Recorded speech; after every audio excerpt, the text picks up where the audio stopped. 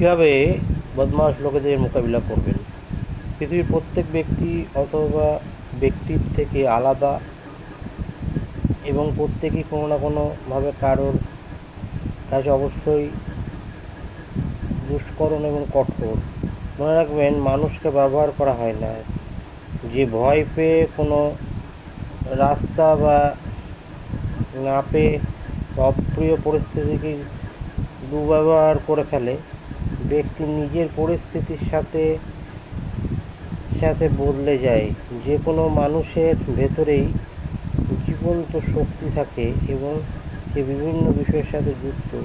যদিও আমরা যাই মনে করি না কেন, আমাদের জীবনে এমন কিছু ব্যক্তি যা থাকেই যাদের আমরা তাদের ব্যবহারের জন্য আক্রমণাত্মক বা অন্য কিছু মেনে নিতে পারি না। প্রত্যেক ব্যক্তিরই ব্যবহারের একটা